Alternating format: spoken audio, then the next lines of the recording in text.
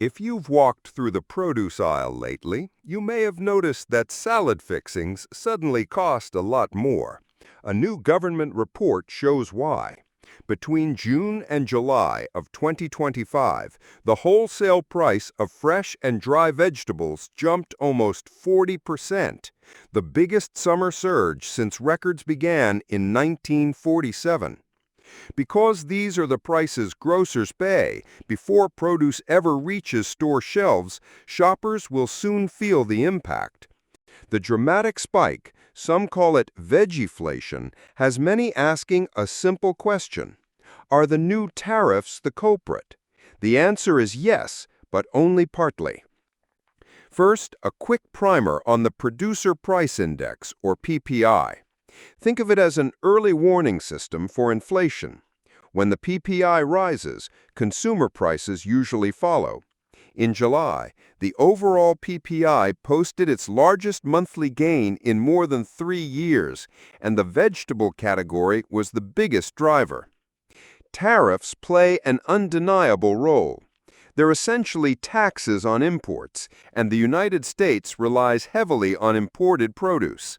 In March 2025, a 25% tariff was slapped on fruits and vegetables from Canada and Mexico.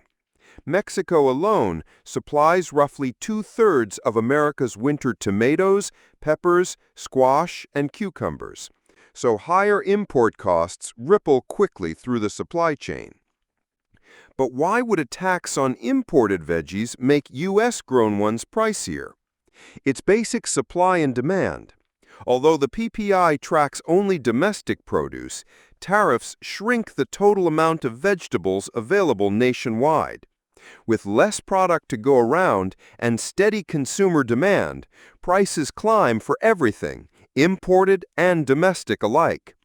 Phil Kafarakis of the International Food Service Manufacturers Association says the new tariffs are directly inflating wholesale costs. Still, tariffs aren't acting in a vacuum.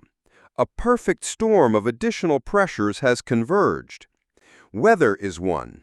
Vegetable prices are famously volatile, and extreme heat, drought, and storms in key growing regions like California and Florida have already been squeezing supplies. Tufts University economist William Masters likens the price chart to a cardiac monitor, full of sudden spikes and dips. This summer's unfavorable conditions further cramped harvests, intensifying the tariff-driven shortfall. Labor is another piece. Stricter immigration policies have created a shortage of field workers, many of whom are undocumented and fearful of deportation. Reports from mid-2025 show farmers unable to find enough hands to pick crops, forcing some to leave produce to rot.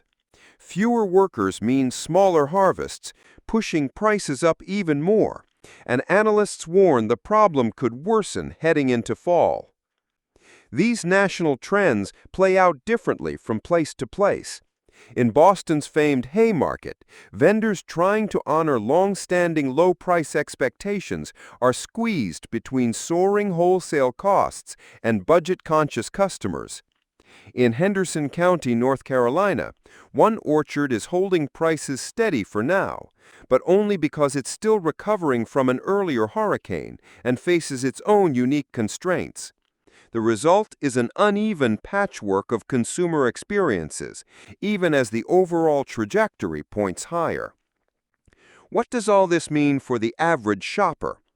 The PPI spike signals that grocery bills will almost certainly rise, likely becoming most noticeable after Labor Day. It won't stop at raw produce. Any product that uses vegetables, think salsa, frozen meals, or canned soups, will face higher input costs. The broader inflation picture matters to policymakers too.